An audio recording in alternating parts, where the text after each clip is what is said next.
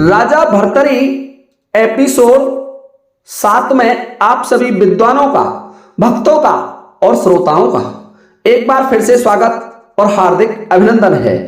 देखिए श्रोताओं, वीडियो आरंभ करने से पहले मैं आपसे एक निवेदन करना चाहूंगा कि जिन भाइयों ने अभी तक हमारे चैनल को सब्सक्राइब नहीं किया है तो कृपया वो चैनल को सब्सक्राइब जरूर कर लें और सब्सक्राइब बटन के पास में ही बेल आइकन होता है, उसे भी दबा करके ऑल पर क्लिक कर लें ताकि आगे आने वाले वीडियो का नोटिफिकेशन आपको सबसे पहले प्राप्त हो जाए। तो आइए अब मैं आपकी सेवा में 7वां एपिसोड प्रस्तुत कर रहा हूं। 6वें एपिसोड में मैंने आपको बताया था कि रानी पानदे की माता रानी सत्यव्रता, महाराज सत्यवर्मा की पत्नी, जब उस तलघर में जाती है तो देख करके आश्चर्यचकित रह जाती है और वह वापस लौट आती है। और जब गंधर्व सेन घूम करके आता है, भ्रमण करने के लिए बाहर चला गया था और जब घूम करके वापस आया तो पानदे ने और अन्य दोनों राजकुमारियों ने संपूर्ण कथा गंधर्व सेन को बता दी। गंधर्व सेन कहता है ठीक है, कोई बात नहीं है, परंतु वह जरूर मुझे देखने एक दिन फिर आएगी। राजकुमारी पानदे कहने लगी कि नहीं महाराज, ऐसा कुछ भी नहीं है और यदि आपकी अनुमति हो तो बहुत अच्छी कृपा हो जाएगी। यदि आप नाराज ना हो तो मैं आपसे एक निवेदन कर दूं। गंधर्व सेन कहने लगे, कहो राजकुमारी, तुम्हारा क्या निवेदन है, मैं तुम्हारी बात को ध्यान से सुनूंगा। तो पानदे ने कहा, हे स्वामी, यदि कोई बाधा ना हो तो एक दिन आप रात को यह सुंदर अपना राजकुमार का रूप मेरी माता को दिखाने की कृपा करें। वह आपका यह अद्भुत रूप देख करके बड़ी प्रसन्न होगी। गंधर्व सेन ने मुस्कुराते हुए कुछ सोचकर कहा, मैं आपकी मां को रात्रि में यहां आकर मुझे देखने के लिए आज्ञा तो दे दूंगा, कोई बाधा वाली बात नहीं है, पर अगर किसी ने मेरे गधे के चोले को, गधे के शरीर को छेड़ने या जलाने का प्रयत्न किया तो मैं श्राप देकर के सारी नगरी को भस्म कर दूंगा। तुम्हारे माता, पिता, जनता को यह परिणाम भुगतना पड़ेगा, साथ में तुम तीनों सहेलियों या इन बच्चों को भी दुखी रहना पड़ेगा। इसलिए तुम्हारे माता पिता को इसके लिए पहले ही सचेत कर देना। तुम स्वयं उन्हें रात में आने का संकेत मत करना, वह स्वयं ही फिर आकर आपसे मिलती है तो मेरी स्वीकृति के लिए बता देना। फिर भी कुछ होता है तो होनी को कौन रोक सकता है। एक दिन कुछ समय पश्चात महारानी गुप्त रूप से एक अंगरक्षक को साथ लेती है, रानी सत्यव्रता, और रात को चुपचाप द्वार खुलवाकर तलघर में आ जाती है। महल के बाहर मृत रूप में पड़े हुए इस गधे के शरीर को देखा। फिर महारानी विस्मय में पड़ जाती है, सोचने लगी कि यह गधा मृत अवस्था में पड़ा हुआ है। महारानी ने उस छिद्र से जहां राजकुमारी पानदे ने बताया था ध्यान से देखा और ध्यान से देखा तो विस्मित हो गई। मन में सोचने लगी, यह क्या है, यह कितना अद्भुत और कितना सुंदर राजकुमार देख रही हूं। महल के अंदर प्रकाश हो रहा है, जैसे मानो स्वयं स्वर्गलोक में आ गई हो। राजकुमार ऐसा आज तक महारानी सत्यव्रता ने नहीं देखा था। महारानी गंधर्व सेन के दिव्य रूप व सुंदरता को देखकर स्वयं भी उन पर मोहित हो गई और रानियों के साथ बिहार व अटखेलियां खेलकर आत्मविभोर हो गई। अत्यंत प्रसन्नता के साथ मदमाती हुई चुपचाप रानी सत्यव्रता राजमहल से बाहर आ गई। अब तो महारानी के मन में राजकुमारी से जाकर मिलने की तीव्र इच्छा होने लगी। जब महारानी सत्यव्रता रात्रि को गंधर्व सेन को देखकर के वापस लौट आती है तो मन में सोचने लगी कि मुझे ये बात राजा को बतानी चाहिए और मेरी पुत्री पानदे से मिलना चाहिए।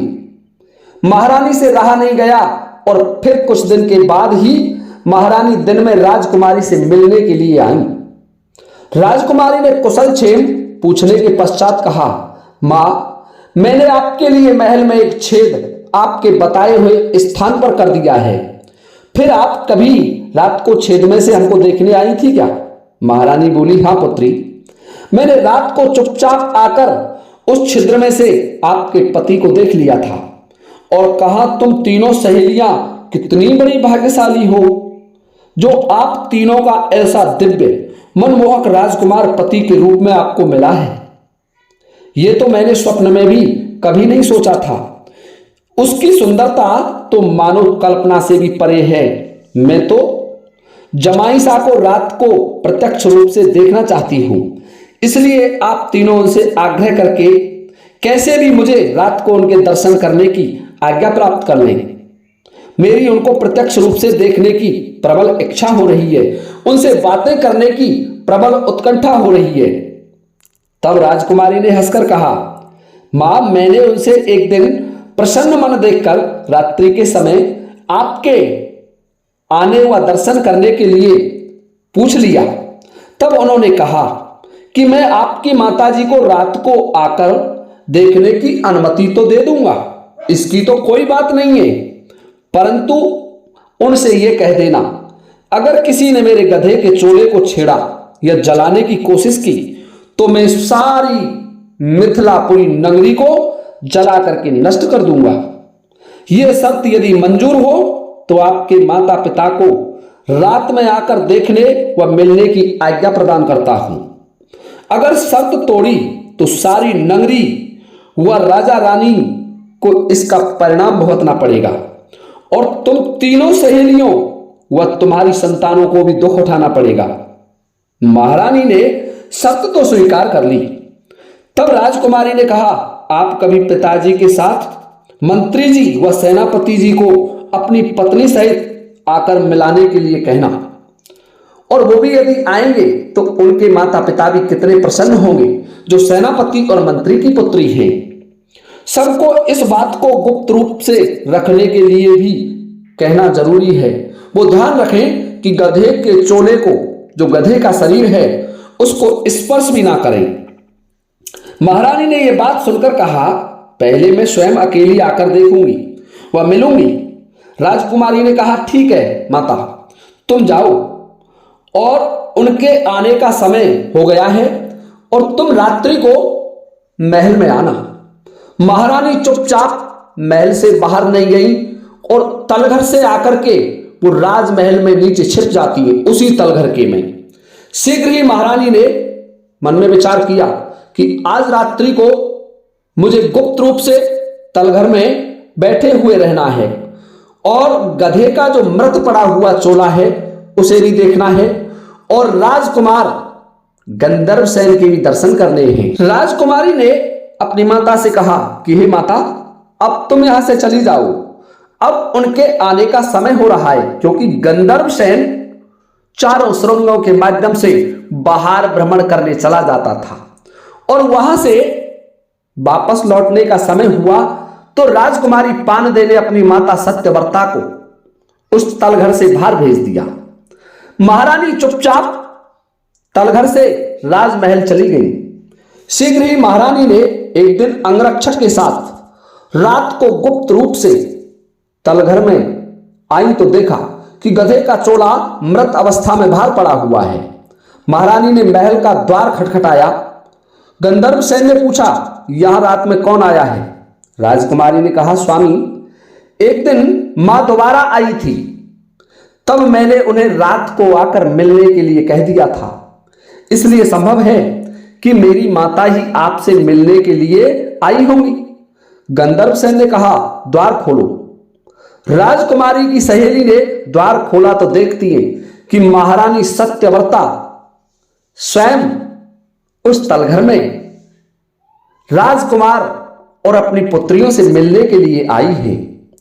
महारानी सत्यव्रता ने जब राजकुमार को देखा तो मंत्रमुग्ध हो गई और आश्चर्य से गदगद हो गई, मानो किसी स्वप्न लोक में चली गई हो। आत्मविभोर होकर बोली, कहीं मैं देवलोक में तो नहीं आ गई?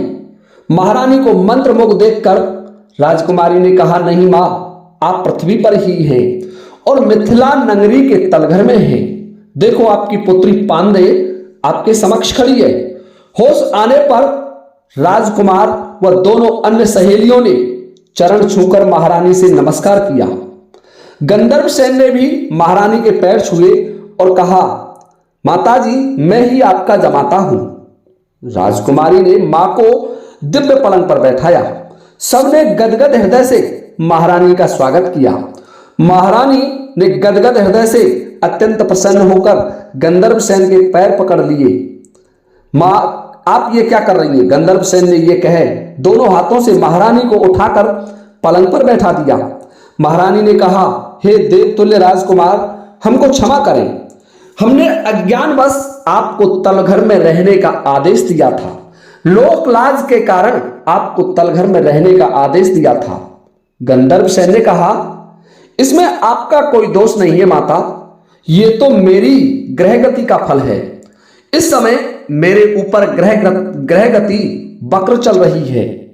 बड़ी प्रसन्नता के साथ महारानी सत्यव्रता इस रात को महल में रही और दूसरे दिन जब वापस लौटी, प्रातःकाल हुआ तब तो राजा सत्यवर्मा को संपूर्ण घटना बतला दी। राजा मन में विचार करने लगे कि महारानी क्या कह रही है, आपकी बात मेरे तो नहीं जचती। हो सकता है आप झूठ बोल रही हो, नहीं तो आप मुझे उस तलघर में ले जाकर मेरी पुत्री से मिलाने की कृपा करें। महारानी बोली, हे राजन, मैं इसके लिए पहले ही अनुमति ले आई हूं और सेनापति, मंत्री तथा उनकी पत्नियां भी अपनी अपनी पुत्रियों से मिलने के लिए चल सकती हैं। देखिए श्रोताओं, महारानी सत्यव्रता की बात सुनकर के राजा सत्यवर्मा ने अपने सेनापतियों को बुलाया, अपने मंत्री को बुलाया और परिवार सहित उनसे तलघर में चलने के लिए कहा कि वो उनके साथ तलघर में चले जहां उनकी पुत्रियां रह रही हैं। जब समस्त महाराज सत्यवर्मा, उनकी महारानी सत्यव्रता, सेनापति और उसकी पत्नी, मंत्री और उसकी पत्नी अपनी पुत्रियों से मिलने के लिए तलघर के अंदर पहुंचे तो स्वर्णमय महल को देख करके आश्चर्यचकित हो गए। महल का द्वार खटखटाया और महल के अंदर प्रवेश किया तो सब प्रसन्न हो गए। रानियों ने गंधर्व सेन को नमस्कार किया, जो मंत्री की पत्नी थी और सेनापति की पत्नी थी। सबने गंधर्व सेन को देख करके आश्चर्य व्यक्त किया। महल के अंदर ऐसो आराम की पूर्ण व्यवस्था देख करके सभी उस तलघर को देख करके लज्जित हो गए। गंधर्व सेन के दिव्य व सुंदर राजकुमार का रूप देखा तो उनके आश्चर्य का ठिकाना ना रहा। देखिए श्रोताओं, ध्यान से सुनने की बात है। जब प्रसन्नता से गदगद हो उठे, गंधर्व सेन ने भी उनको मंत्रमुग्ध देखकर अति प्रसन्न होकर उनसे कहा कि हे महाराज, मैं आपकी आज्ञा अनुसार ही इस तलघर में निवास कर रहा हूं। अंत में महाराज सत्यवर्मा कहने लगे, हे पुत्र, वास्तविकता में यह क्या रहस्य है, मैं इसके बारे में जानना चाहता हूं। तुम तो एक दिव्य राजकुमार हो, फिर इस गधे के शरीर को क्यों धारण किए हुए फिर रहे हो? ये बात सुनकर के गंधर्व सेन कहने लगा कि हे महाराज, ध्यान से सुनिए, मैं स्वर्ग के राजा देवराज इंद्र का पुत्र सुरोचन हूं। मैं अपने पिता देवराज इंद्र के द्वारा शापित हूं। एक बार पिता ने मुझे गधा का रूप धारण करके, गधे का शरीर धारण कर 12 वर्ष तक पृथ्वी पर भेज दिया है और मैं उस श्राप से मुक्त होने के लिए यहां आया हूं। अवधि समाप्त होने पर पुनः स्वर्ग चला जाऊंगा। मुझे रात को गधे का रूप होते हुए भी मनुष्य बनने का वरदान प्राप्त है। मुझे स्वर्ग की सारी शक्तियां प्राप्त हैं, मैं कुछ भी कर सकता हूं, पर इस रहस्य को रहस्य ही रखना, सारी जनता को प्रचारित मत करना। राजा अपनी पुत्री पानदे को गर्भवती देखकर वह मंत्री भी पत्नी सहित अपनी पुत्रियों को गर्भवती देख करके बड़े प्रसन्न होते हैं और 2 वर्षीय बालक भर्तरी को खेलते हुए देखा, जो देखते ही एक चक्रवर्ती सम्राट के लक्षणों से सुसज्जित था। तो महाराज सत्यवर्मा बड़े प्रसन्न हुए और सब अपने अपने पुत्रियों की भाग्य की सराहना करते हुए वापस लौट आते हैं, अपने नगर को आ गए। राजा भी मन में बड़े प्रसन्न हुए और अपनी राजधानी में उत्सव मनाया। राजा, रानी, मंत्री व सेनापति को अपनी पुत्रियों के गधे के साथ तलघर में संकटपूर्ण अवस्था में रहने के दुख से छुटकारा मिल गया। उन्हें प्रसन्नता हुई कि वास्तविकता में उनकी पुत्री तो स्वर्ग के राजा देवराज इंद्र के पुत्र सुरोचन गंधर्व से विवाहित हैं। उनकी खुशियों का ठिकाना नहीं रहा। देखिए श्रोताओं, धीरे धीरे और समय निकला। 2 साल पश्चात अर्थात 78 ईसा पूर्व 2096 वर्ष पहले 21 विक्रम संवत पूर्व राजकुमारी पानदेय के गर्भ से एक पुत्र का जन्म और हुआ, जो कि महाराज विक्रमादित्य के नाम से, राजा वीर विक्रमाजीत के नाम से इतिहास में प्रसिद्ध हुए। महाप्रतापी राजा हुए थे राजा वीर विक्रमाजीत, जो भर्तरी के छोटे भाई थे। और सेनापति की पुत्री के गर्भ से एक पुत्री का जन्म हुआ, जिसका नाम था मैनाबंती। देखिए श्रोताओं, ध्यान से सुनने की बात है। मैनाबंती भी बड़ी भूमिका अदा करेगी, क्योंकि मैनाबंती के गर्भ से ही बहुत बड़े भक्त गोपी चंद जैसे महान भक्त का जन्म होगा। वो आपको आगे बताऊंगा। मैनाबंती का जन्म हो जाता है और जो सेनापति की पुत्री थी, उसके गर्भ से भी एक पुत्र का जन्म होता है, जिसका नाम था प्रभव। इस तरीके से 3 संतानें और पैदा हो जाती है। कुल मिलाकर के 4 संतानें हो गई। महाराज गंधर्व सेन के यहां बड़े ही बड़े पुत्र थे भर्तरी, उनसे छोटे पानदेय के पुत्र थे महाराज वीर विक्रमाजीत या विक्रमादित्य, और एक पुत्री मैनावंती और एक पुत्र और था जिसका नाम प्रभव था। चक्रवर्ती सम्राट वीर विक्रमादित्य कोई छोटे मोटे राजा नहीं थे। वो बड़े ही चमत्कारी प्रभावशाली राजा थे। इस होनहार बालक का नाम विक्रम था, परंतु सूर्यवंशी होने के कारण अपने नाम के बाद आदित्य शब्द लग गया। इस प्रकार से होनहार बालक का नाम विक्रम प्लस आदित्य विक्रमादित्य हो गया। बाद में यही नाम विश्व विख्यात हुआ। जब पुत्र जन्म की सूचना राजा और रानी को मिली, तो राजा और रानी, मंत्री व सेनापति पत्नियों सहित तलघर में अपनी पुत्रियों से मिलने के लिए आए। राजकुमारी पानदेय के बहुत सुंदर पुत्र को देख करके और पुत्रियों को देख करके राजा सत्यवर्मा, महारानी सत्यव्रता और मंत्रियों की खुशी का ठिकाना नहीं रहा। पुत्री व पुत्र का मोहित करने वाला रूप था। देखिए श्रोताओं, ध्यान से सुनने की बात है। गंधर्व सेन ने अपने ससुर और सास का सम्मान किया और राजा रानी विक्रमादित्य और मैनावंती तथा प्रभव को बड़े लाड़ प्यार से रख करके वापस लौट जाते हैं। नगर में जाकर राजा सत्यवर्मा ने प्रसन्न होकर नगरी में बड़ा उत्सव मनाया। देखिए श्रोताओं, एक पुस्तक है ब्रैत कथा मंजरी, जिसके अनुसार भारत में सख्त जाति के अत्याचारों से त्रस्त जनता के दुखों के निवारण के लिए देवराज इंद्र सहित सब देवता कैलाश पर्वत के ऊपर भगवान शिव के पास गए थे। उनसे शकों को पराजित कर भारत को कष्टों से मुक्त करने की प्रार्थना की। तब भगवान शिव ने देवताओं को आश्वस्त करते हुए कहा कि मैं मेरे गण माल्यवान को भेज रहा हूं। मैं मेरे गण माल्यवान को पृथ्वी पर विक्रमादित्य के नाम से भेज रहा हूं। देखिए, यहां 2 गणों का वर्णन है। एक आयुष्मत था और एक आयुष्मान था। कहीं इस आयुष्मान का नाम ही माल्यवान भी वर्णित है, और पृथ्वी पर मेरा ये गण आयुष्मान या माल्यवान अवतार धारण करेगा। ये बृहद कथा मंजरी में लिखा हुआ है। तो इस तरीके से विलक्षण प्रतिभा के धनी विक्रम का जन्म हो गया, राजा भर्तरी का जन्म हो गया, और उसी तलघर में निवास कर रहे हैं। देखिए श्रोताओं, यहां से आगे का जो वर्णन है वो आपकी सेवा में मैं अगले वीडियो में लेकर के उपस्थित हो जाऊंगा। तब तक के लिए आप सभी से चाहता हूं अनुमति इस वीडियो को विराम देने की। इसी के साथ जय हिंद, जय भारत।